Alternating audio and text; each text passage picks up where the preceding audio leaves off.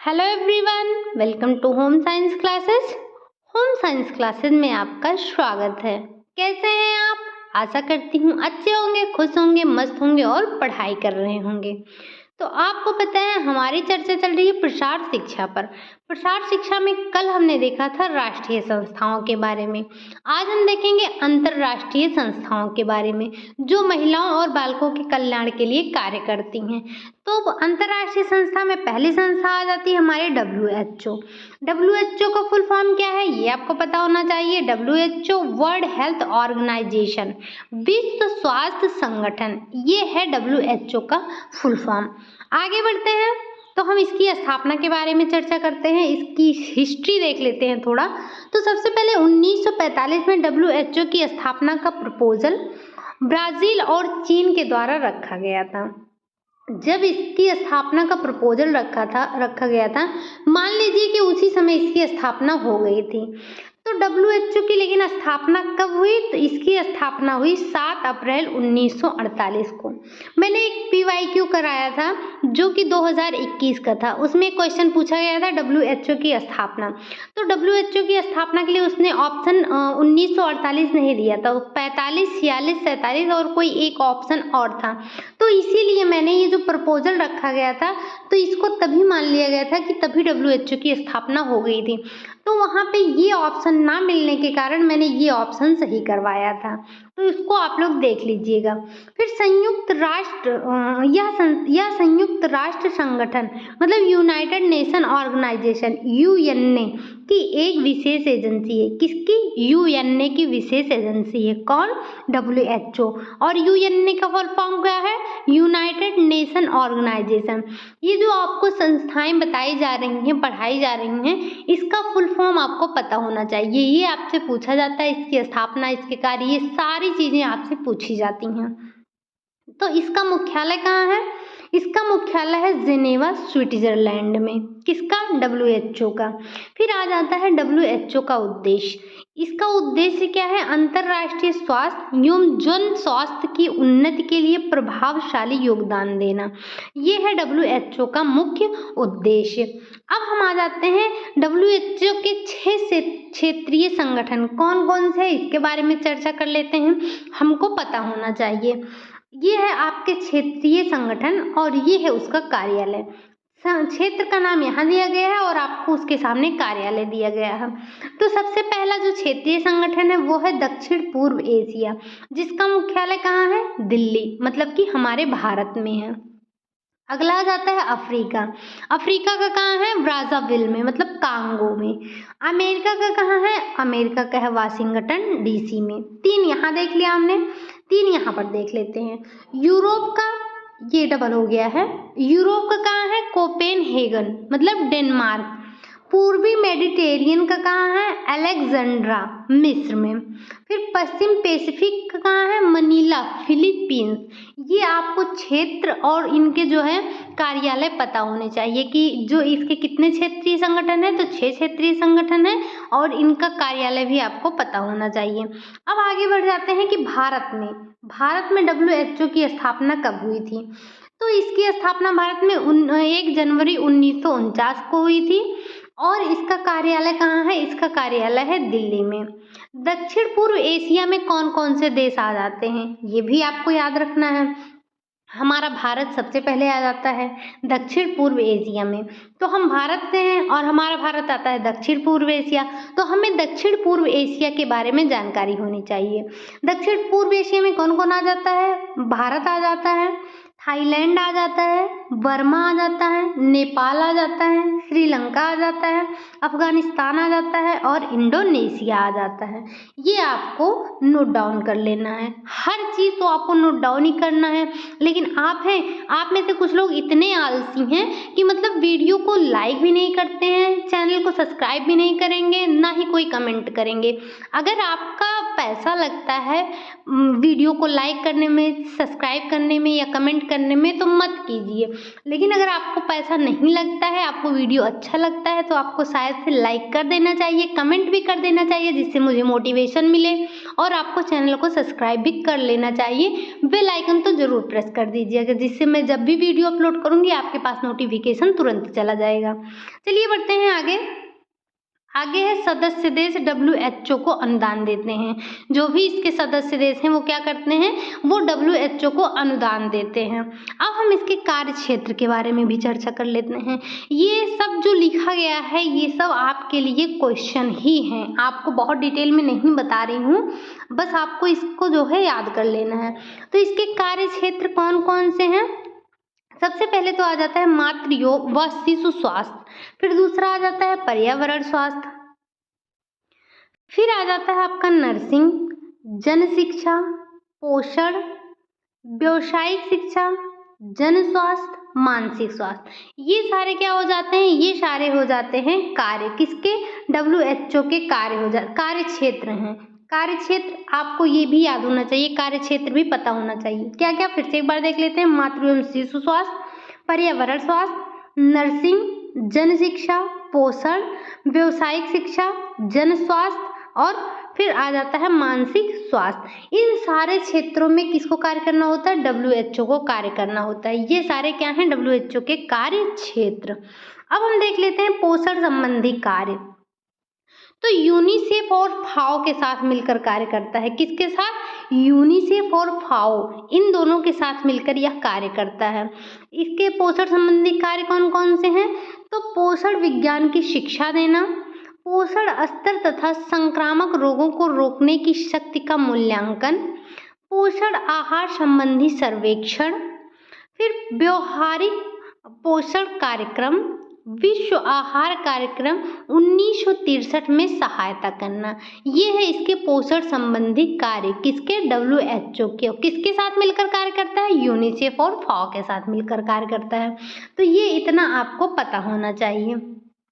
फिर आगे आ जाता है ये INCAP, इनकैप, ठीक, इनकैप, INCP, इसका फुल फॉर्म क्या है, institute of nutrition of central America and Panama, ठीक, इसका फुल फॉर्म याद होना चाहिए आपको, किसका, INCAP, NCAP, INCAP, institute of nutrition of central America and Panama.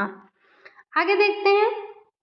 अब यहाँ से मैंने आपको इनकैप का फुल फॉर्म क्यों बताया, यहाँ से आपको समझ में आ जाएगा। तो इनकैप और WHO, ये हिंदी नहीं है, इनकैप और WHO ने मिलकर इनकैप्रिना, मतलब कि एक वनस्पति प्रोटीन है, वनस्पति प्रोटीन का मिश्रण है, इसको बनाया था। किसने, इनकैप और WHO ने, ठीक। फिर आगे आ जाता है 1972 में WHO ने एक स्वचालित टेलेक्स सर्विस चलाया था। कब, 1972 में। 1955 में प्रोटीन कैलोरी सलाहकार समिति का गठन किया। 1960 में पुनर्गठन किया, किसका, कैलोरी सलाहकार समिति का गठन किया, मतलब ये प्रोटीन कैलोरी सलाहकार समिति है, इसका पुनर्गठन किया। कब, 1960 में। और गठन कब हुआ था, 1955 में हुआ था। फिर चेचक उन्मूलन में महत्वपूर्ण भूमिका, किसकी, WHO की। पोलियो उन्मूलन कार्यक्रम 1988, ठीक। आगे आ जाता है इसका अन्य कार्य, इसके और कौन कौन से कार्य हैं, WHO के और कौन कौन से कार्य हैं, हम उसको भी देख लेते हैं। तो विशेष रोगों से रक्षा एवं नियंत्रण, पारिवारिक स्वास्थ्य, पर्यावरणिक स्वास्थ्य, मतलब पर्यावरण का स्वास्थ्य, विस्तृत स्वास्थ्य सेवाओं का विकास, स्वास्थ्य से संबंधित सांख्यिकी की सूचना प्रदान करना, अन्य संगठनों के साथ कार्य करना, जीव चिकित्सा अनुसंधान, स्वास्थ्य संबंधी साहित्य एवं सूचना, ये इसके अन्य कार्य हो जाते हैं, किसके, WHO के। तो WHO के कार्य कौन कौन से हैं, कि विशेष रोगों से रक्षा एवं नियंत्रण, पारिवारिक स्वास्थ्य, पर्यावरण स्वास्थ्य, विस्तृत स्वास्थ्य सेवाओं का विकास, स्वास्थ्य से संबंधित सांख्यिकी की सूचना प्रदान करना, अन्य संगठनों के साथ कार्य, जीव चिकित्सा अनुसंधान, स्वास्थ्य संबंधी साहित्य एवं सूचना। ये इतने अन्य कार्य हो जाते हैं किसके, WHO के। ठीक, अब हम आगे देख लेते हैं कि ये पॉइंट आपको याद रखना है। मई 2022 में WHO ने स्वास्थ्य विश्व सभा का 75वां सत्र आयोजित किया था।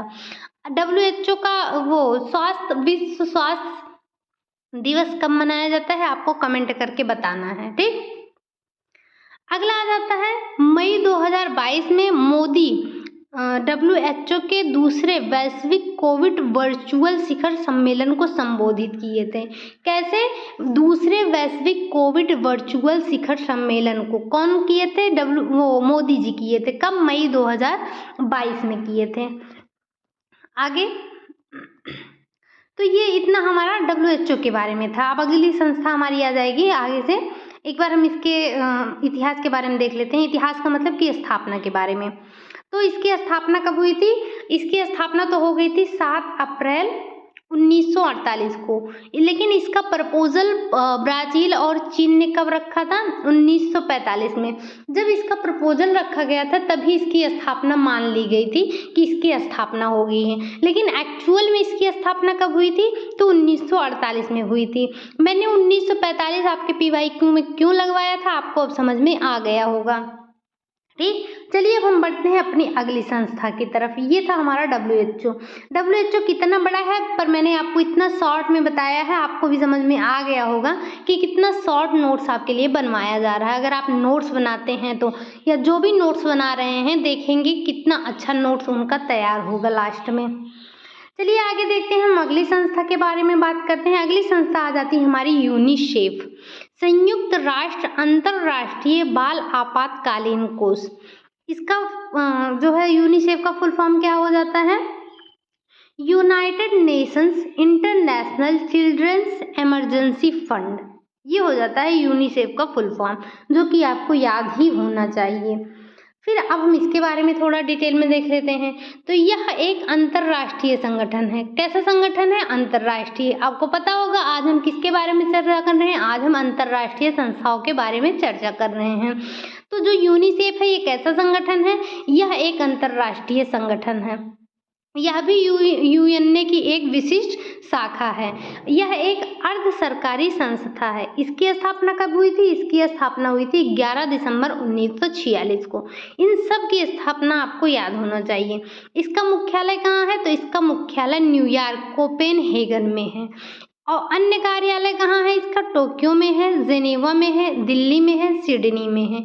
इन सारे जगहों इसका मुख्यालय है। अब हम इसके जो है उद्देश्य के बारे में चर्चा कर लेते हैं कि यूनिसेफ का उद्देश्य क्या है। तो यूनिसेफ का मुख्य उद्देश्य उन देशों को आर्थिक सहायता एवं सहयोग देना है जो मातृ एवं शिशु रोग के लिए निवारणार्थ और उनके उत्तम स्वास्थ्य के लिए उनकी उत्तम स्वास्थ्य की प्राप्ति के लिए संघर्षरत रहते हैं। मतलब यह जो यूनिसेफ है यह उनको आर्थिक सहायता और सहयोग प्रदान करता है जो माता और शिशु के जो रोग हैं उनके निवारण के लिए, उनके स्वास्थ्य के उनके उत्तम स्वास्थ्य के लिए कार्यरत रहता है, संघर्ष करता है, ये उन्हीं को योगदान देता है। तो इसका जो है वर्तमान नाम क्या है, इसका वर्तमान नाम है United Nations children fund. UNICEF का वर्तमान नाम क्या है, यूनाइटेड नेशंस चिल्ड्रन फंड। आगे देखते हैं, भारत में यूनिसेफ 1949 से कार्य कर रहा है। इसकी स्थापना कब हुई थी, इसकी स्थापना 11 दिसंबर 1946 को हुई थी। लेकिन यह भारत में कब से कार्यरत है, यह भारत में 1949 से कार्यरत है। यूनिसेफ को भारत प्रतिवर्ष 60 लाख रुपए देता है। कितना देता है, 60 लाख रुपए देता है भारत। और यूनिसेफ भारत को कितना देता है, यूनिसेफ भारत को $5 मिलियन प्रतिवर्ष देता है। अब हम देख लेते हैं यूनिसेफ के कार्य कि यूनिसेफ के कौन कौन से कार्य हैं। ठीक, तो यूनिसेफ के कार्य में क्या आ जाता है, शिशु पोषण। सबसे पहले क्या आ जाता है, सबसे पहले आ जाता है शिशु पोषण, फिर शिशु स्वास्थ्य मतलब शिशु पोषण करना, फिर शिशु स्वास्थ्य आ जाता है, फिर बाल विकास आ जाता है एवं जीवितता, प्राथमिक स्वास्थ्य संरक्षण, जल एवं स्वच्छता। आगे क्या है? आगे है शिक्षा, सार्वभौमिक प्रतिरक्षण, परिवार एवं शिशु कल्याण, आपातकालीन सहायता एवं पुनर्वास व्यवस्था। ये क्या है? ये है जो है ये हमारी यूनिसेफ का पूरा कार्य हो जाता है। तो इसका कार्य आपको याद होना चाहिए। एक बार फिर से हम इसके कार्य को देख लेते हैं। इसका कार्य क्या है? शिशु पोषण है, फिर शिशु स्वास्थ्य है, बाल विकास एवं जीवितता है, प्राथमिक स्वास्थ्य संरक्षण है, फिर जल एवं स्वच्छता है। अगला आ जाता है शिक्षा है, सार्वभौमिक प्रतिरक्षण है, परिवार एवं शिशु कल्याण है, आपातकालीन सहायता एवं पुनर्वास व्यवस्था है। ये इतना हो जाता है यूनिसेफ का कार्य। तो आपसे पूछा जाता है कि इनमें से यूनिसेफ के कार्य हैं या यूनिसेफ किन किन के लिए कार्य करता है। ये सारी चीज़ें आपको याद रहेंगी तभी तो आप लगा पाएंगे। तो यूनिसेफ के कार्यों की जानकारी आपको होनी चाहिए। फिर अगला आ जाता है वर्तमान समय में यूनिसेफ द्वारा बालकों की मृत्यु दर को कम करने के लिए एक अभियान चलाया गया है जिसका नाम है गोबी। क्या नाम है? गोबी नाम है। अब हम देख लेते हैं गोबी का फुल फॉर्म क्या है। तो गोबी का फुल फॉर्म है, जी से हो जाता है ग्रोथ सर्विलांस, ओ से हो जाता है ओरल रिहाइड्रेशन, बी से हो जाता है ब्रेस्ट फीडिंग मतलब स्तनपान करवाना, और फिर आई से हो जाता है इम्यूनाइजेशन प्रोग्राम। मतलब कि आपका ग्रोथ सर्विलांस क्या हो जाता है? वृद्धि आवेक्षण हो जाता है। फिर ओरल रिहाइड्रेशन का क्या हो जाता है? मौखिक पुनर्जलीकरण हो जाता है। ब्रेस्ट फीडिंग क्या हो जाता है? मतलब ब्रेस्ट फीडिंग का क्या मतलब हो जाता है? ये जो है ब्रेस्ट फीडिंग को प्रमोट करता है, स्तनपान को प्रोत्साहन देता है। अगला आ जाता है इम्यूनाइजेशन प्रोग्राम कि यह प्रतिरक्षण कार्यक्रम करता है। इस प्रतिरक्षण प्रोग्राम में ये क्या करता है? 6 जानलेवा बीमारियों से बचने के लिए टीकाकरण करता है। वो 6 जानलेवा बीमारी कौन कौन सी हैं?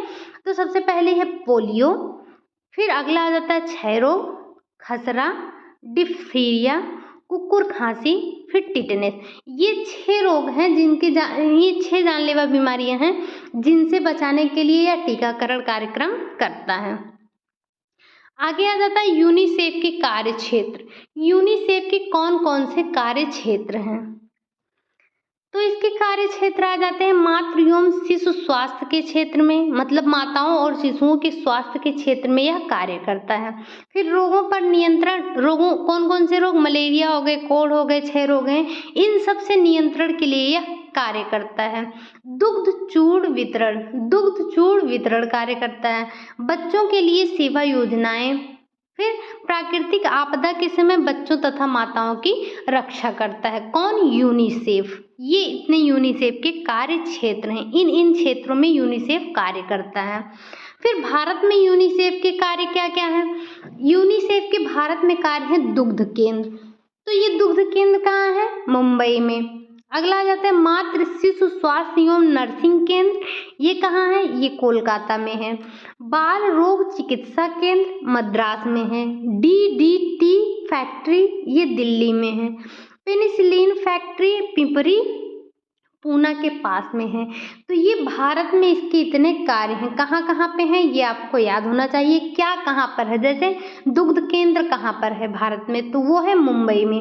ये आपके लिए 1 2 3 4 5 6 क्वेश्चन 5 क्वेश्चन आपके लिए तैयार हैं यहाँ से। क्या दुग्ध केंद्र कहाँ है? तो मुंबई में है। मातृ शिशु स्वास्थ्य एवं नर्सिंग केंद्र कहाँ है? कोलकाता में है। बाल रोग चिकित्सा केंद्र कहाँ है? मद्रास में है। DDT फैक्ट्री कहाँ है? तो दिल्ली में है। पेनिसिलिन फैक्ट्री कहाँ है? तो वो पिपरी पूना के पास में है। तो इन सब का संचालन या कार्य कौन करता है? कहाँ? भारत में यूनिसेफ करता है। ठीक, आगे आ जाता है हमारी दूसरी संस्था। दूसरी संस्था कौन सी है? निप्सिड है, मतलब राष्ट्रीय जन सहयोग एवं बाल विकास, National Institute of Public Cooperation and Child Development. ये है हमारा निप्सिड का फुल फॉर्म। क्या क्या है? National Institute of Public Cooperation and Child Development. ये है हमारा निप्सिड का फुल फॉर्म। अब हम निपसिट के बारे में जान लेते हैं, इसकी स्थापना के बारे में जान लेते हैं। तो निपसिट क्या है? यह एक स्वायत्त शासी संस्था है। क्या है? कैसी संस्था है? यह एक स्वायत्त शासी संस्था है। इस संस्था की स्थापना कब हुई थी? तो 4 जुलाई 1975 में इसकी स्थापना हुई थी। और इसका मुख्यालय कहाँ है? इसका मुख्यालय है नई दिल्ली में। यह संस्था मानव विकास संस्थान मंत्रालय के तहत कार्यरत है। किसके तहत कार्यरत है? तो मानव विकास संस्थान मंत्रालय के अंतर्गत कार्यरत है। संचालन इसका कौन करता है? इस संस्था का मतलब निपसिट का संचालन कौन करता है? तो महिला एवं बाल विकास मंत्रालय द्वारा इसका संचालन किया जाता है। इस संस्था का उद्देश्य क्या है? निपसिट का उद्देश्य क्या है? तो निपसिट का उद्देश्य स्वैच्छिक कार्यों एवं गतिविधियों के द्वारा बाल विकास एवं सामाजिक विकास को प्रोत्साहन देना एवं उन्नत बनाना, ये इसका उद्देश्य है निपसिट का। अब निपसिट के कुछ कार्य भी हैं। तो निपसिट के कार्य कौन कौन से हैं? तो निपसिट का पहला कार्य आ जाता है सामाजिक विकास को उन्नत बनाना। क्या बनाना? सामाजिक विकास को उन्नत बनाना। फिर आ जाता है बाल विकास कार्यक्रम के लिए प्रारूप तैयार करना। क्या करना? प्रारूप तैयार करना। पहले तो सामाजिक विकास को उन्नत बनाना कैसे? जैसे निपसिट सामाजिक विकास को प्रोत्साहन करके और उन्नत बनाने के लिए प्रयत्नशील है। लेकिन फिर क्या आ जाता है? बाल विकास कार्यक्रमों के लिए प्रारूप तैयार करना। ये जो निपसिट है सरकारी नीति और उनकी सहायता से तथा शैक्षिक संस्थानों के प्रयासों द्वारा जो बाल विकास कार्यक्रम को चलाने के लिए प्रारूप और ढांचा यही तैयार करता है। कौन? निपसिट। अगला आ जाता है हमारा सरकारी नीतियों शैक्षिक गतिविधियों में समन्वय स्थापित करना। निपसिट जो है, निपसिट सामाजिक विकास को उन्नत बनाने के लिए सरकारी नीतियों और गतिविधियों में समन्वय स्थापित करता है। फिर प्रकाशन करना, निपसिट द्वारा प्रकाशन का कार्य भी किया जाता है। जैसे पुस्तक हो गए, पत्र पत्रिकाएं हो गए, बाल विकास एवं समाज विकास से संबंधित शोध हो गए, कार्य हो गए, रिपोर्ट हो गए, बुलेटिन हो गए, ये सब, इन सब का प्रकाशन कौन करता है? इन सब का प्रकाशन निपसिट करता है। फिर प्रशिक्षण देना, निपसिट जो है वो एकीकृत बाल विकास सेवाओं के कार्यों को सफल संचालन के लिए उनमें जो कार्यरत अफसर होते हैं, अनुदेशक होते हैं, सुपरवाइजर होते हैं, सहायक होते हैं, इन सबको क्या करता है? इन सबको प्रशिक्षण देता है। फिर आ जाता है सरकारी एवं शैक्षिक संस्थानों की सहायता देना। यह संस्था लोगों की सहायता तथा बाल विकास के कार्यों में उचित ढंग से संचालन के लिए तकनीकी जानकारी, सलाह, मार्गदर्शन, इसके साथ साथ वित्तीय सहायता भी प्रदान करता है। फिर अन्य संगठनों के साथ जो है संपर्क करना। निपसिट अन्य संगठन जैसे राष्ट्रीय हो गए, अंतर्राष्ट्रीय हो गए, क्षेत्रीय हो गए, फिर विश्वविद्यालय हो गए, तकनीकी विभाग हुए, इन सब के सहयोग से जो है बाल विकास और सामाजिक कार्यक्रमों को सफल बनाने के लिए ये जो है जी जान लगाकर प्रयत्न करता है। कौन? निपसिट हमारा। फिर अगला आ जाता है निपसिट का प्रशासनिक ढांचा। निपसिट का प्रशासनिक ढांचा क्या है? तो बाल विकास प्रकोष्ठ। आपको ये इतना पूरा याद लेना है कि इसका प्रशासनिक ढांचा क्या है। बाल विकास प्रकोष्ठ मतलब जो मातृ एवं बाल विकास से संबंधित कार्यक्रमों के लिए योजनाएं तैयार करना, इस प्रकोष्ठ का मुख्य उद्देश्य होता है कि माताओं के लिए और बालकों के लिए विकास संबंधी जो योजनाएं हैं उसको बनाना, इसका ही मुख्य उद्देश्य होता है। फिर आ जाता है महिला विकास प्रकोष्ठ। इस प्रकोष्ठ का उद्देश्य क्या होता है? महिलाओं के उत्थान के लिए अनेक कार्यक्रम तैयार करना और स्वैच्छिक संगठनों जो मतलब महिला विकास के लिए कार्य से जुड़े हुए हैं, वे कार्य कर रहे हैं तो उनको सहयोग प्रदान करना, ये सब इसका कार्य होता है। ये इसका प्रशासनिक ढांचा है। फिर नियंत्रण एवं मूल्यांकन। नियंत्रण एवं मूल्यांकन प्रकोष्ठ क्या हो जाता है? इसके द्वारा समन्वित बाल विकास सेवाओं के लिए मूल्यांकन का कार्य किया जाता है। बस ये इतना समझ लीजिए कि मूल्यांकन का कार्य इसके द्वारा किया जाता है। फिर जन सहयोग प्रकोष्ठ। जन सहयोग प्रकोष्ठ का मतलब कि इसका मुख्य उद्देश्य है कि जन सहयोग और सामुदायिक जागरूकता को प्रोत्साहित करना। यह क्या करता है? जन समुदाय और जागरूकता को क्या करता है? प्रोत्साहित करता है। फिर अगला आ जाता है सामान्य सेवा विभाग। सामान्य सेवा विभाग का मुख्य उद्देश्य क्षेत्रीय कार्यालय और मुख्य कार्यालय में समन्वय स्थापित करना होता है। प्रशिक्षण विभाग, प्रशिक्षण विभाग जो एकीकृत बाल विकास सेवा है, मतलब ICDS जो है, में जो भी कार्यरत प्रशिक्षण वो सुपरवाइजर हैं, अनुदेशक हैं, इनको समय समय पर तकनीकी जानकारी और ज्ञान देना किसका कार्य है? निप्सिट का ही कार्य है। ठीक, तो ये था इसका प्रशासनिक ढांचा। हमने किसके बारे में देख लिया? निप्सिट के बारे में देख लिया। अब हमारी अगली संस्था आ जाती है फाओ। अगली और आखिरी संस्था हमारी अंतर्राष्ट्रीय आ जाती है फाओ। इसका फुल फॉर्म क्या हो जाता है? Food and Agriculture Organisation. ये है हमारे फाओ का फुल फॉर्म, खाद्य एवं कृषि संगठन। इसके बारे में भी थोड़ा सा देख लेते हैं। तो यह एक अंतर्राष्ट्रीय संस्था है। कैसी संस्था है? यह एक अंतर्राष्ट्रीय संस्था है। और इसकी स्थापना कब हुई थी? तो इसकी स्थापना हुई थी 1945 में। इसका मुख्यालय कहाँ है? इसका मुख्यालय है रोम में। फाओ ने 1960 में फ्रीडम फॉर हंगर कैंप चलाया था, भूखमरी से मुक्ति। किसने चलाया था? ये आपको याद होना चाहिए कि फाओ ने कौन सा कार्यक्रम चलाया था। तो फाओ ने चलाया था फ्रीडम फॉर हंगर कैंप। कब चलाया था? 1960 में चलाया था। इसका उद्देश्य क्या था? इसका उद्देश्य था भूखमरी पोषणहीनता की समस्या का समाधान करना। किसका? भूखमरी और पोषणहीनता की समस्या का समाधान करना और अर्धविकसित एवं विकासशील देशों को अच्छा पोषण देना। ये था इसका उद्देश्य। किसका? फाओ का। फाओ तथा WHO ने मिलकर हेल्थ फॉर ऑल, सभी के लिए स्वास्थ्य प्रोग्राम चलाया था। ठीक, फिर अब फाओ के कार्य क्षेत्र देख लेते हैं। फाओ का कार्य क्षेत्र क्या है? कृषि है, अर्थव्यवस्था है, मत्स्य पालन है, वन विभाग है, पोषण है। ये किसका कार्य क्षेत्र है? तो ये सारे हैं आपके फाओ के कार्य क्षेत्र, आपको पता होने चाहिए। ये आगे आपका आखिरी अंतर्राष्ट्रीय संस्था का कार्य जो हमें डिस्कस करना था, वो उसका आखिरी, मतलब जो आखिरी हम संस्था डिस्कस कर रहे हैं उसका कार्य आ गया। और ये हमारा आखिरी टॉपिक है। ठीक, सभी देशों का जीवन स्तर ऊंचा उठाना, ये फाओ का कार्य है। सभी देशों का जीवन स्तर उठाना, सभी देशों को पोषण स्थिति में सुधार लाना, ग्रामीण लोगों में पोषण व स्वास्थ्य का प्रसार करना, माता व शिशु का पोषण दर बढ़ाना, वन, मत्स्य पालन, कृषि, दुग्ध उत्पादन को बढ़ावा देना।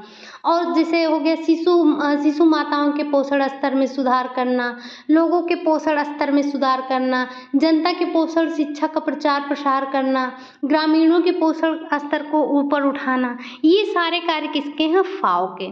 तो आज हमने किस किस के बारे में देखा? आज हमने देखा WHO के बारे में, निप्सिट के बारे में, और क्या देखा? यूनिसेफ के बारे में और फाओ के बारे में। ये थी हमारी 4 अंतर्राष्ट्रीय संस्थाएं जो महिलाओं और बालकों के विकास के लिए कल्याणकारी हैं, मतलब कि कल्याण करती हैं, कल्याणकारी कार्यक्रम चलाती हैं, उनके कल्याण के लिए कार्य करती हैं। तो ये आज हमने खत्म कर लिया पूरा अंतर्राष्ट्रीय संस्था। इससे पहले वीडियो में हमने डिस्कस किया था राष्ट्रीय संस्थाओं के बारे में, आज हमने डिस्कस किया अंतर्राष्ट्रीय संस्थाओं के बारे में। ठीक, तो आज के लिए बस यही इतना रखते हैं, कल देखते हैं कुछ और उठाते हैं। तब तक फिर आपको वीडियो कैसा लगा? अगर अच्छा लगा है तो लाइक कीजिए, चैनल को सब्सक्राइब कीजिए, कमेंट करना मत भूलिएगा, अपने दोस्तों के साथ शेयर करना मत भूलिएगा। वैसे लाइक करने में, कमेंट करने में और सब्सक्राइब करने में पैसा नहीं लगता है। अगर आपका पैसा लगता है तो मत कीजिएगा, अगर नहीं लगता है तो कर दीजिएगा, क्योंकि लाइक करने से, कमेंट करने से मुझे मोटिवेशन मिलता है।